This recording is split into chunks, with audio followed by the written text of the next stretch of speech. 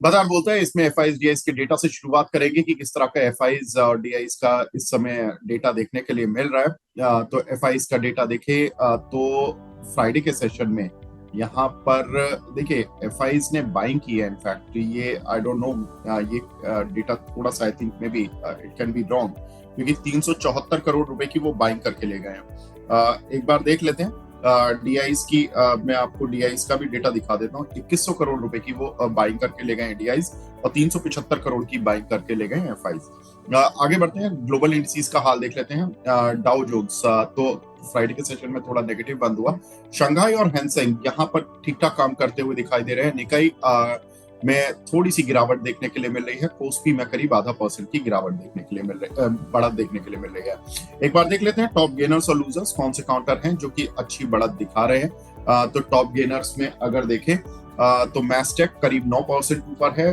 TI industry करीब 8.5%। Hatsun agro after results करीब 8%। KIOCL करीब 7%। और पारादीप फॉस्फेट क्या चला है ये काउंटर। हम इस पर 2 क्वार्टर पहले 80 रुपए पर बात करते थे, आज 180 रुपए पर बात कर रहे हैं। तो 2 क्वार्टर में डबल से ज्यादा हो गया। जबरदस्त मूव इस काउंटर पे देखने के लिए मिले हैं। एक बार देख लेते हैं कौन से काउंटर हैं जो कि आज भी नेगेटिव टेरिटरी में काम कर रहे हैं। तो नेगेटिव टेरिटरी में काम करने वाले उसमें लिस्ट में है पहला काउंटर एयू बैंक। यहाँ पर 7.5% की गिरावट देखने के लिए मिल रही है आफ्टर रिजल्ट्स। कंपनी के नतीजे जो आए थे वो तो ठीक आए थे, लेकिन प्रॉब्लम आई थी उनकी एसेट क्वालिटी को लेकर, जिसमें कि आज थोड़ा सा इसको पनिश किया गया है। सीएट और एमआरपीएल, यहाँ पर सीएट के रिजल्ट तो लास्ट वीक आ गए थे, लेकिन यहाँ पर करीब 6.5% की गिरावट है। एमआरपीएल में भी आफ्टर रिजल्ट्स इसका इम्पैक्ट है। और दूसरा एक जो इम्पोर्टेंट खबर है जिसकी वजह से आज रिलायंस भी नहीं चला और एमआरपीएल और चेन्नई पेट्रो सभी में गिरावट है, वो है जो रशिया के जो तेल है उस पर जो सैंक्शंस लगे हैं कि उनके पेट्रो प्रोडक्ट को नहीं बेच पाएगा इंडिया। तो ये थोड़ा सा एक प्रॉब्लम है सारी रिफाइनिंग कंपनीज के लिए। तो इस पर विस्तार से बात करेंगे। वारी रिन्यूएबल पर करीब 5.5% की गिरावट देखने के लिए मिल रही है। लेकिन आगे बढ़ते हैं और कुछ खबरों पर चलते हैं। फिर नहीं हुई डील, ये एक बड़ी प्रॉब्लम है इंडिया के लिए इस समय। भारत अमेरिका ट्रेड डील पर फिर सहमति नहीं बनी। 5वें राउंड की बातचीत हुई थी, उसमें भी डील नहीं हो सकी। 1 अगस्त से पहले डील करने की कोशिश अभी भी जारी है। दोनों तरफ जो दोनों पार्टीज हैं अमेरिका और इंडिया की, दोनों ही ये कह रही हैं कि कोशिश तो है लेकिन बातचीत पर सहमति नहीं बन पा रही है। और वो कहाँ नहीं बन पा रही है। अमेरिका चाहते कि पेट्रोकेमिकल सेगमेंट में, एग्री सेक्टर में, ऑटो सेक्टर में, ईवी में, इन सभी में ड्यूटी कटौती चाहता है, जबकि इंडिया उसको उस लेवल की ड्यूटी कटौती नहीं दे पा रहा है। तो अमेरिका कुछ शर्तों पर भारत का और अमेरिका और भारत का ऐतराज चल रहा है। अंशु भाई ये बताइए कि अगर मैं ऑटो में, आपने वैसे कुछ शेयर्स तो बता दिए, लेकिन आज मैं एक और सेक्टर पकड़ूंगा जो कि एग्री और डेयरी से जुड़ा हुआ है, हेडसन एग्रो, जहां पर कि 9% का मूव है। रिजल्ट्स आए थे, रिजल्ट्स काफी शानदार देखने के लिए मिले। पराग मिल्क यहाँ पर भी काफी कुछ तेज मूव आते हुए दिखाई देते हैं हमें बीच बीच में। सर कैसे देख रहे हैं डेयरी सेक्टर को। हेडसन एग्रो के लिए 2 मिनट के लिए भूल जाइए कि सर रिजल्ट्स का इम्पैक्ट है। अगर मैं इसको ओवरऑल देखना चाहूं कि ये अमेरिका और भारत की डील से कैसे डील करेगा और बाकी डेयरी सेक्टर कैसे डील करेगा, तो थोड़ा सा बताइए सर। तो देखिए, डेयरी सेक्टर के लिए तो अमेरिका से मतलब जिस हिसाब से डोनाल्ड ट्रम्प प्रेशर डाल रहे थे और बार बार हो रहा था कि नेगेटिव होगा नेगेटिव होगा, और चार्ट कंप्लीटली पराग मिल्क को पॉजिटिव दिखा रहा था। तो पराग मिल्क 218 पे, आपको याद होगा मंडे 16 जून आप ही के चैनल पे जब ओपन लो के साथ ब्रेकआउट आ रहा था तो हमने डिस्कस किया था कि पराग मिल्क में ब्रेकआउट है, हम अपने क्लाइंट्स को बाई दे रहे हैं 218-19 की रेंज से। आप देखिए वहां से बढ़ते बढ़ते 200 फ्राइडे को हाई बना है 258 का। अभी भी जब तक 236 के ऊपर है, पराग मिल्क में 289 तक का टारगेट मिल सकता है। बचा हटसन एग्रो, इसमें इसके मतलब 2021 में जो ऑलमोस्ट बाइंग क्लाइमेक्स बना था 1500 के आसपास, उसके बाद से एक रेंज के अंदर चल रहा है। ऊपर में करीब 1200 और नीचे में करीब 870 850। तो इसी रेंज में भी लंबे समय तक चलता रहेगा, क्योंकि न्यूज इंपैक्ट और ये सारी चीजें अलग है। चार्ट में बाइंग क्लाइमेक्स हुआ है तो जल्दी नहीं चलेगा काउंटर। अच्छी न्यूज पे एक आध इधर ब्लिप मिल जाएगा, लेकिन उसमें जो फंसे हुए लॉन्ग है वो प्रॉफिट बुकिंग करेंगे तो ब्रेकआउट फेल होता दिखेगा। तो अगर आपको डेयरी सेक्टर में रहना है, पराग मिल्क 218 से हमारे क्लाइंट लॉन्ग है। इस प्राइस पे भी अगर आप लॉन्ग करते हैं तो 236 का आपका स्टॉप लॉस रहेगा। ओवर 289 तक का टारगेट मिल सकता है। तो इस पूरे सेक्टर में मेरे को सबसे ज्यादा पसंद पराग मिल्क की है। ठीक है। तो पराग मिल्क अंशुल भाई को सबसे ज्यादा पसंद है, तो डेयरी सेक्टर पर तो नजर बनानी ही होगी। अंशुल भाई ये चीज बताइए, टाटा मोटर्स ये कॉन्ट्रैक्ट भी बज ऑफ द टाउन रहते हैं, क्योंकि इस पर काफी लोग फंसे हुए भी हैं, इन्वेस्ट भी करना चाहते हैं क्योंकि टाटा का शेयर है।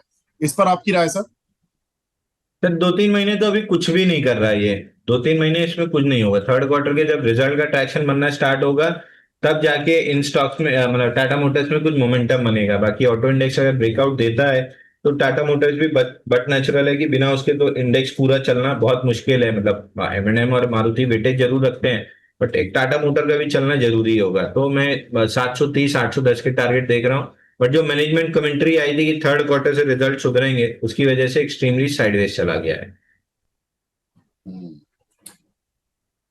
अंशुल भाई एक चीज बताइए, ये मैस्टेक में क्या हुआ है सर?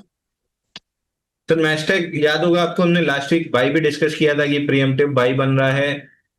ये वेडनेसडे के शो में, सॉरी ट्यूसडे के शो में तब बाई दिया था हमने अपने क्लाइंट्स को। आज प्रॉफिट बुकिंग कराई है, टारगेट डन हुआ है उसका मैस्टेक का। तो और आ गया है मेजर रेजिस्टेंस 2795 के आसपास। तो हमने पूरी तरीके से प्रॉफिट बुक करा के बाहर करा दिया है। और ट्रांसरेल लॉजिस्टिक्स में क्या हुआ है सर? ट्रांसरेल लाइटिंग में, माफ कीजिएगा। ट्रांसरेल में भी बहुत सवाल आते थे। ट्रांसरेल राइटिंग भी हमने बाई दिया था, इसका भी टारगेट कंप्लीट हुआ है तो हमने प्रॉफिट बुकिंग दी है। तो ट्रांसरेल भी एक स्टॉक है जहां पे अब प्रॉफिट बुकिंग हो गई। ऑन द डिप्स वापस बाई करेंगे। 122 दिन के कपनैंडल पैटर्न का ब्रेकआउट है 718 पे। टारगेट लगभग 1000 रुपए है, लेकिन वही है ना, 1 साल की एफडी का पैसा अगर 5-7 दिन में मिल रहा है तो हमने बुक कर लिया है। दोबारा कंसोलिडेशन में मिलेगा तो दोबारा बाई करके चलेंगे। ठीक है। आज क्या बात है अंशुल भाई, जो भी मैं काउंटर पूछ रहा हूँ उसमें आपने कॉल दिया हुआ, टारगेट हिट हो रही है। महिंद्रा लाइफ इसमें कुछ हुआ है क्या सर? महिंद्रा लाइफ में भी सर आपको याद होगा लास्ट वीक में बाई दिया था हमने ट्यूसडे, जब प्रीएम्प्टिव बाई बन रहा था 355-56 के आसपास। हाँ, 389 बिल्कुल मेजर याद है मुझे रेजिस्टेंस आज अंशुल आ भाई। गया है तो बुक करा दिया है। एक और आपने अभी टॉप गेनर में नाम लिया पारादीप, ये भी हमने प्रीएम्प्टिव बाई दिया था 2 दिन पहले। आज जाके फटा है। एक स्टॉक सुबह मैंने बाई दिया है, सुबह बाई दिया था, एकदम तेजी से चला है। आई थिंक क्या बाई दिया है, टीआई टीआई सॉरी, वो भी आपकी टॉप गेनर की लिस्ट में है। उसमें भी रिस्क फ्री हो गए हैं। 4% का, 3.5% का स्टॉप लॉस था। 3.5% हमारी बाई से बढ़ा तिलक नगर इंडस्ट्री, वो भी हमने बुक करा दिया है। आज तो बढ़िया मोमेंटम है सकता। मिड कैप स्मॉल कैप मैं बोल ही रहा हूँ। सीएनएक्स मिड कैप का इंडेक्स देखिए, सीएनएक्स मिड कैप, इस पे बहुत ध्यान से नजर बनाए रखिए। अगर ये 60,000 के ऊपर टिक गया, 60,000 60,200 के आसपास, 14,000 पॉइंट का कप हैंडल पैटर्न है, मतलब 60,000 के ऊपर टिका तो 74,000 का टारगेट है सीएनएक्स मिड कैप में। मैं धूम मचा दूंगा अगर मिड कैप स्मॉल कैप का ये इंडेक्स ब्रेकआउट दे गया तो। 14,000 पॉइंट बहुत है मेरे लिए। 2-3 साल का पैसा 6 महीने में कमा लूंगा। अंशुल जी, हमारे दर्शकों को भी कमवा देना, वो भी 1 साल में अमीर बनना चाहते हैं। और मतलब दर्शक क्या सर, हर कोई आदमी अमीर बनना चाहता है। और सबको अमीर बनवा दीजिएगा, सब दुआएं देंगे आपको। तो देखिए, हर समस्या की सॉल्यूशन पैसा नहीं है, लेकिन 99% समस्या की सॉल्यूशन पैसा है। तो पैसा कमाना है और मोटा कमाना है, सबको कमाना है। बाजार खुला है, कौन सा 200 शेयर मैं ले लूंगा तो अब कम पड़ जाएंगे। तो उसमें मेरे पास ये कोई नहीं है कि मैं तो अपनी कैपेसिटी से जो लेना है वो लूंगा ही। बट बाजार में इतना पैसा है कि आप भी साथ में कमा ही लेंगे। तो कोई चीज मेरे पास ऐसी नहीं रहती जो सिर्फ मैं ट्रेड करता हूँ। बता ही देता हूँ कि मैंने ट्रेड किया है, आपको करना है कर लो। आपके इससे एक ही चीज आती है, रिस्क मैनेज आपको करना है, प्रॉफिट बुकिंग आपको करनी है। रिस्क मैनेज नहीं करेंगे तो ये 14,000 पॉइंट की रैली में भी आप लॉस में ही रहेंगे। रिस्क मैनेजमेंट अटमोस्ट है, वो हर आदमी अपने लिए खुद करता है। स्टॉक तो मैं ढूंढ ढूंढ के बता ही दूंगा। बिल्कुल अंशुल जी, देखो 99% छोड़ो, जब यहाँ पर स्टॉक मार्केट में लोग उतरते हैं तो वो 100% वाले ही उतरते हैं कि आध्यात्म वो रात को कर लेंगे लेकिन 3:30 बजे तक आध्यात्म आप ही कराओगे। तो वो ध्यान रखना बस हमारा, दर्शकों का। लेकिन ये बताइए, मिड कैप में स्मॉल कैप में आपको लग रहा है कि इंडिकेटर ऐसे दिख रहे हैं कि यहाँ से एक अच्छी रैली के लिए तैयार हो रहा है? क्योंकि आई रिमेम्बर आप ही ऐसे एनालिस्ट थे जिन्होंने कि सितंबर में ये बात बोली थी कि मार्केट में अगर मार्केट चला या गिरा, जो भी होगा, मार्केट पहले तो चलेगा नहीं, और अगर नहीं चला तो सबसे ज्यादा पिटाई होगी मिड कैप स्मॉल कैप की। और वो हुई, और कायदे से पिटाई हुई, और फरवरी मार्च तक वो पिटते रहे। और फरवरी मार्च में आप ही ऐसे एनालिस्ट थे जिसने कि ये भी बोला कि सर हाथी निकल गया, पूंछ रह गई है, यानी कि सारा काम हो गया है, अब यहाँ से चलना शुरू होगा थोड़ा बहुत। वहां से फिर हमने एक रिकवरी भी देखी, और जून के एंड तक हमने आते आते सभी इंडिसेस में एक अच्छा खासा जंप भी आते हुए देखा। हालांकि लोग अभी भी प्रॉफिट में इजीली नहीं आए हैं, कुछ कुछ शेयर उनके प्रॉफिट में आए हैं, सारा पोर्टफोलियो ग्रीन में नहीं आ पाया किसी का भी। अ, अभी क्या लग रहा है सर, सारा पोर्टफोलियो ग्रीन में आ जाएगा, इतना चलेगा मिड कैप स्मॉल कैप?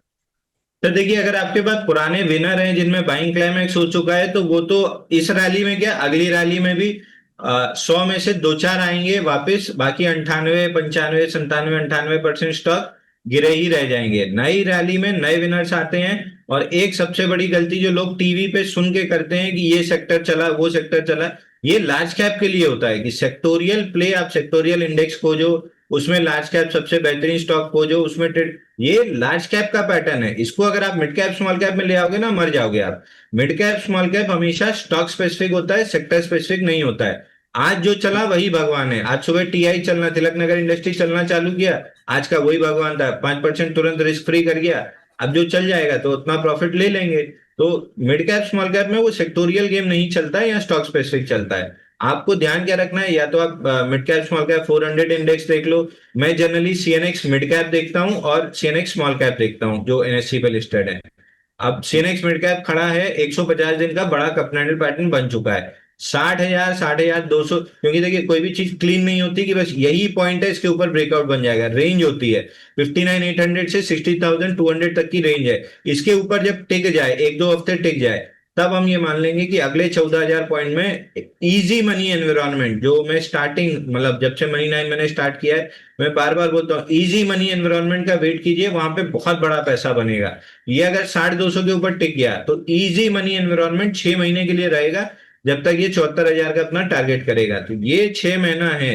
जो पिछला एक साल हम खाली बैठे हैं, ऑलमोस्ट खाली बैठे हैं, इधर उधर कुछ कुछ काम किया है, बट ऑलमोस्ट आधे टाइम, आधे से ज्यादा टाइम कैपिटल खाली रही है। तो ये 6 महीने में पिछले एक साल का भी पैसा कमाना है और अगले एक साल का भी पैसा कमाना है। एक वो बच्चों को जब हम स्टोरी पढ़ाते हैं, पंचतंत्र, पंचतंत्र की कहानी में आपने एक पढ़ा था कि वो टिड्डे और चींटी वाली कहानी, कि आप विंटर्स के लिए अभी से खाना बचा के रखो ताकि विंटर में आपको मेहनत ना करनी पड़े। तो ये एक साल की जो विंटर आपने काटी है, ये अगला 6 महीना समर है, इसमें पैसा इतना बना लीजिए पिछली विंटर की भी रिकवरी हो जाए, और 6 महीने बाद जब करेक्शन में आएगा मिड कैप स्मॉल कैप, तो वो विंटर का भी पैसा, मतलब आपके पास खाना होना चाहिए कि उस समय आप खाली बैठो। उस समय ये ना हो कि रोज जाना है, रोज कमाना है, रोज खाना है। प्रभु आप बुलिश हो गए, मार्केट के लिए यही सबसे बड़ी खबर है, क्योंकि आप बुलिश जल्दी होते नहीं हो। आपको खुश करना सबसे ज्यादा मुश्किल होता है मार्केट में, और आप खुश हो गए तो बस अब तो उम्मीद ही करते हैं कि अब धुआंधार कमाई होगी और धुआंधार मजा आएगा लोगों को। आगे बढ़ता हूं अंशुल भाई, दूसरी खबर पर चीन का फोकस थोड़ा शिफ्ट हो रहा है। चीन का फोकस घरेलू डिमांड पर शिफ्ट हो रहा है। उनकी 86.4% ऑफ द ग्रोथ जो आती है वो घरेलू डिमांड से ही आती है। लेकिन अब वो कह रहे हैं कि भाई टैरिफ की अनिश्चितताओं से थोड़ा सा उनके कॉशियस स्टेटमेंट आ रहे हैं, और वो कह रहे हैं कि हम तो घरेलू डिमांड पर ही अब रहेंगे, ज्यादा उनको एक्सपोर्ट फ्रंट उतना स्ट्रांग दिख नहीं रहा। दैट मीन्स कि जो मेटल के प्राइसेस जो इंटरनेशनल मार्केट में हमने देखे थे कि गिरते हुए दिखाई दिए थे, अगर चाइना में दोबारा से कंजम्पशन स्टोरी शुरू होती है तो चाइना बिगेस्ट कंज्यूमर भी है, बिगेस्ट प्रोड्यूसर भी है मेटल का। क्या लगता है अंशुल भाई, जो आप बोल भी रहे थे कि मेटल में आपको मजबूती दिख रही है, कोई मेटल काउंटर, वैसे तो आप टाटा स्टील हमेशा देखते आए हैं, कोई और मेटल काउंटर है लिस्ट में जो कि यहां से टाटा स्टील को भी बीट कर सकता है या टाटा स्टील जैसा परफॉर्मेंस कर सकता है? तो देखिए, अनिश्चितता इसमें इतनी ज्यादा रहेगी ना ट्रम्प की वजह से, कि आप दिक्कत में हमेशा रहेंगे। और दिक्कत में क्या होता है, एक खराब न्यूज आई, मिड कैप काउंटर गिरा तो वो जल्दी रिकवर नहीं होता है। लार्ज कैप में तो क्या होता है कि किसी भी इंस्टीट्यूशन के पास पड़ा है, नीचे मिल रहा है तो, और वो मतलब लिया हुआ माल अगर सस्ते में मिल रहा है तो वो और लेते हैं। तो इसीलिए मैं बोलता हूँ कि अगर आपको सेक्टोरियल प्ले करना है तो लार्ज कैप में रहिए, मिड कैप स्मॉल कैप मत जाइए। इधर उधर कुछ मिलेगा तो हम बता देंगे, बट अभी भी अगर आप इस सेक्टोरियल, इस थीम को प्ले कर रहे हो, तो आपकी टॉप पिक आज भी टाटा स्टील ही होनी चाहिए, उसके बाद हिंडाल्को, उसके बाद वेदांता, उसके बाद फिर दुनिया में जो स्टॉक ब्रेकआउट दे रहा है मेटल का उसको अपन प्ले कर लेंगे। बट आंख बंद करके अगर टाटा इसका मेटल का प्ले करना है, ज्यादा जानकारी नहीं है, मेरे जैसे अगर मोटी बुद्धि रखते हैं जो बहुत ज्यादा डिटेल और डीप में नहीं घुसता फंडामेंटल्स के, तो शांति से टाटा स्टील और हिंडाल्को पे फोकस कीजिए, बाकी दुनिया छोड़ दीजिए। सर अपने को मोटी बुद्धि बोल के हमारे मतलब जो आपके प्रशंसक हैं, लवर्स हैं, उनको निराश ना करें। मतलब ऐसा नहीं है, आपकी जो बुद्धि है वो बहुत लोगों की पहनी बुद्धि से ज्यादा अच्छी है। बाजार में एक चीज अगर आपको पैसा कमाना है तो एक चीज आपके पास होनी चाहिए, वो है मोटी बुद्धि। बहुत ज्यादा दिमाग लगाएंगे, एनालिसिस पैरालिसिस में चला ही जाएंगे। चार चीज अच्छी बताएगी, चार चीज खराब बताएगी, आप एक्स्ट्रा उसमें और खोजने जाएंगे तो फिर 10 चीज अच्छी 10 चीज बुरी हो जाएंगी, आप कभी डिसीजन ही नहीं ले पाएंगे। मोटी बुद्धि, एक पैटर्न कि ये मेरा पैटर्न है, ये मोटी बुद्धि में सूट हो रहा है, करना है, कटेगा स्टॉप लॉस तो लॉस देंगे, प्रॉफिट मिला तो प्रॉफिट लेंगे। जिसने बहुत ज्यादा दिमाग लगाया वो लॉस गारंटी करेगा। एकदम मोटी बुद्धि, चार्ट पकड़ के चलिए कि उस पर पैटर्न है, कहानी कुछ भी बता रही है, चार्ट तेजी बता रहा है तो तेजी प्ले करना है, चार्ट मंदी बता रहा है तो मंदी प्ले करना है। इससे ज्यादा हम बुद्धि नहीं लगानी मेरे को। चलिए बड़ी बात है। लेकिन देखिए बहुत सारे लोग वीकेंड्स में सोच रहे थे कि रिलायंस के नतीजे अच्छे आए हैं और उसकी वजह से रिलायंस चलेगा, लेकिन कुछ चीजें ऐसी भी हुई हैं। पहले मैं खबर बता देता हूँ, फिर रिलायंस के नतीजों पर भी बात करूंगा कि रूस से तेल इंपोर्ट पर भारत थोड़ा फंस गया, क्योंकि यूरोप ने रूस से अगर भारत जितना भी क्रूड ऑयल लेता है और फिर उनको रिफाइन करके जो रिफाइंड प्रोडक्ट बनाता है, पेट्रोल डीजल और जो दूसरी प्रोडक्ट है, उनका जो एक्सपोर्ट करता है, वो यूरोप ने लेने से मना कर दिया। यूरोप कह रहा है कि भाई हम नहीं लेंगे जो भी रशिया के आप क्रूड ऑयल खरीदते हो उससे जो भी प्रोडक्ट बनेगा। अब ये भारत को ये प्रूव करना होगा कि भाई हमने ये जो प्रोडक्ट आपको एक्सपोर्ट कर रहे हैं रशिया के प्रोडक्ट से, रशिया के क्रूड से नहीं बना है। अब इस पर थोड़ी सी रसाकशी तो होगी। और इसमें था क्या, इसमें सबसे बड़ा एक्सपोर्टर रिलायंस ही था और करीब भारत को $15 बिलियन का बिजनेस देता था यूरोप, केवल पेट्रो प्रोडक्ट्स पर। दैट मीन्स कि जितने भी हम रिफाइंड प्रोडक्ट एक्सपोर्ट कर रहे थे यूरोप को, उनकी वैल्यू करीब $15 बिलियन थी लास्ट ईयर। तो ये फंस गया 15 बिलियन। अब इसमें देखना होगा कि भारत किस तरह से इसको सॉल्व करता है, क्योंकि पीछे नाटो की तरफ से भी ये धमकी आई थी कि अगर रशिया से भारत और चीन और बाकी देश कारोबार करते रहे तो उन पर कड़े सैंक्शंस लगेंगे। तो पहला सैंक्शन तो भारत पर ही लग गया है एक तरह से। और नाटो किसका प्रतिनिधित्व करता है वो सभी को पता है कि यूरोपियन देश और अमेरिका का प्रतिनिधित्व करता है, तो वहां से एक सैंक्शन आ गया। भारत अपनी जरूरत का करीब 35 से 40% तेल जो है वो रशिया से इंपोर्ट करता है। बाकी उसमें जो बाकी देश हैं उसमें सऊदी अरब और जो अन्य गल्फ कंट्रीज हैं वहां से तेल इंपोर्ट करता है। तो ईरान, इराक, माफ कीजिएगा, इराक और सऊदी अरब, यहाँ से भी मोर देन 10% क्रूड ऑयल का इंपोर्ट होता है भारत की जरूरत का। तो ये तीन देश हैं जो जहां से सबसे ज्यादा होता है, लेकिन इस समय पर रशिया से सबसे ज्यादा हो रहा था। अंशुल भाई ये बताएं, रिलायंस, इस पर आपकी राय सर। तो रिलायंस तो मेरी राय अभी भी वही है जो पहले थी, प्रॉफिट बुकिंग करते समय कि 1532 का रेजिस्टेंस नहीं निकाल पा रहा है। नीचे से मल्टीपल रेजिस्टेंस आए, वहां पे मेरा क्लियर स्टैंस था कि सेलिंग दिखी तो निकलूंगा, कहीं नहीं दिखी। 1532 पे आगे सेलिंग दिखने लगी तो मैंने बुक कर लिया। अब देखिए न्यूज पीछे पीछे फॉलो करना स्टार्ट की, स्मार्ट मनी पहले निकला। अगर आप चार्ट देख रहे होते तो 1532 पे जब 9 जुलाई को 180 डिग्री रिवर्सल कैंडल बनी जिसने 3 दिन के बुलिश मूव को स्वीप किया था, वहीं पे क्लियर हो गया था कि अब ये ऊपर नहीं जा रहा है, 1532 मेजर रेजिस्टेंस है, 1520 पे मैं निकल गया था। उसके बाद हमने मल्टीपल टाइम डिस्कस किया, 1460 छोटा लिक्विडिटी लेवल है जो शायद नहीं प्रोटेक्ट होगा, मेजर लिक्विडिटी लेवल 1414 1395 है। इस जोन में आके जब नया बेस बनाएगा 8-10 हफ्ते का, उस बेस के ब्रेकआउट को मैं फिर प्ले करूंगा। तो मेरा व्यू अभी भी वही है, 2000 जा रहा है, शॉर्ट टर्म में 1414 1395 की जोन के आसपास जब मिलेगा बुलिश एविडेंस तब मैं बाई करूंगा, नहीं मिला तो और नीचे जब डिप पे मिलेगा तब बाई करूंगा। बट मेरा व्यू कहीं से नहीं बदला है, रिलायंस अभी भी 2000 वाला जो स्ट्रक्चर है वीकली चार्ट का वो एज इट इज इंटैक्ट है, उसमें कोई बदलाव नहीं है। This is a correction pull back in a bull market, तो इस डिप में बाइंग ही करूंगा जहां एविडेंस मिलेगा।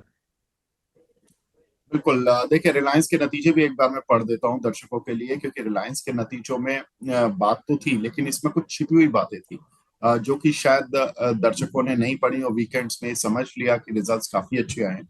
मैं उनके लिए बता दूं कि रिजल्ट्स में भी कुछ चीजें प्रॉब्लमेटिक थी। सेल्स बढ़ी 5%, मुनाफा बढ़ा 78%, एबिटा बढ़ा कंपनी का करीब करीब 36%। लेकिन जो प्रॉब्लम आई थी वो यहाँ आई है, आपकी स्क्रीन पर देखिए, अदर इनकम। ये करीब 4900 करोड़ से बढ़कर 15,000 करोड़ रुपए रही, जो कि 208% थी।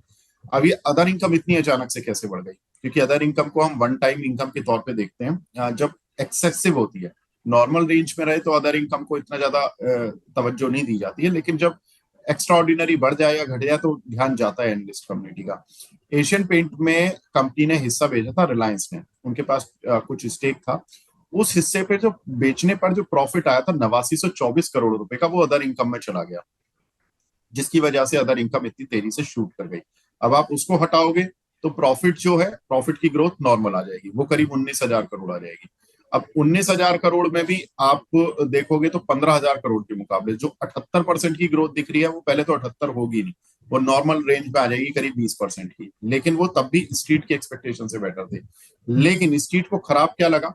स्ट्रीट को खराब लगा कि जियो प्लेटफॉर्म, जो कि ठीक है, वहां पर थोड़ा बहुत परफॉर्मेंस आया, लेकिन जहां पर परफॉर्मेंस नहीं आया वो था रिटेल, जहां पर की प्रॉफिट 8% गिरा।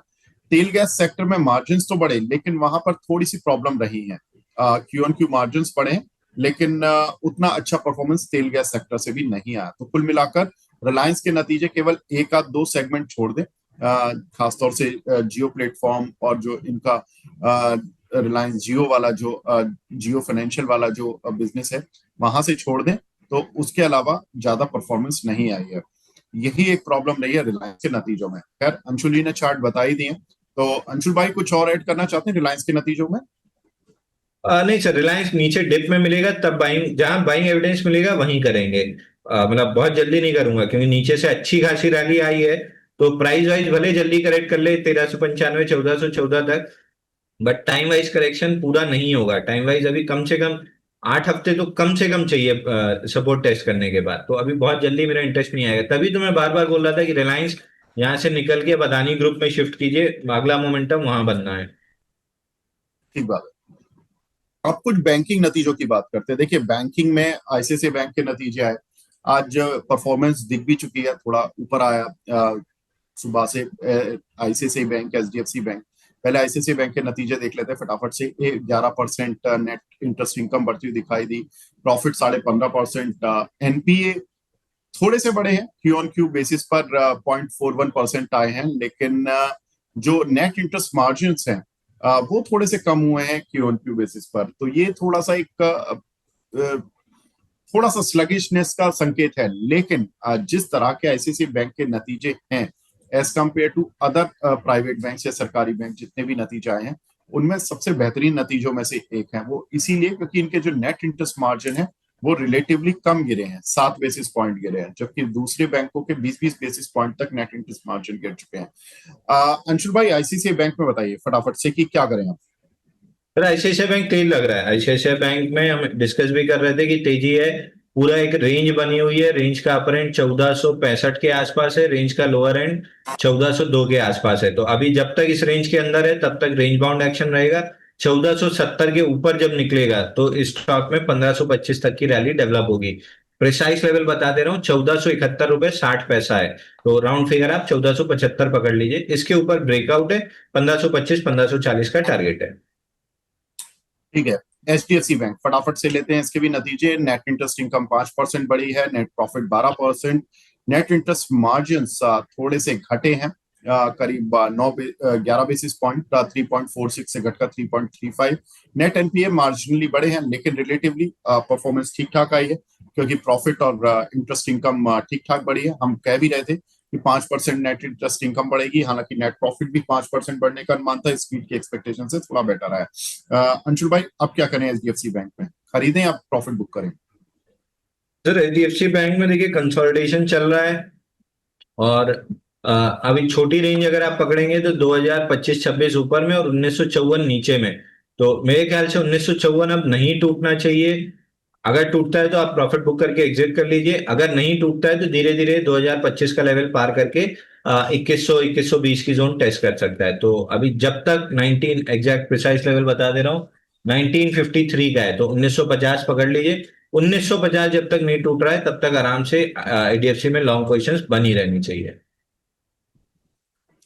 यस बैंक, अंशुल जी यहाँ पर देखें तो नेट इंटरेस्ट इनकम 6% बढ़ी है, पैट 60% बढ़ा है, लेकिन प्रॉब्लम यस बैंक की रहती है थोड़ा सा एसेट क्वालिटी को लेकर।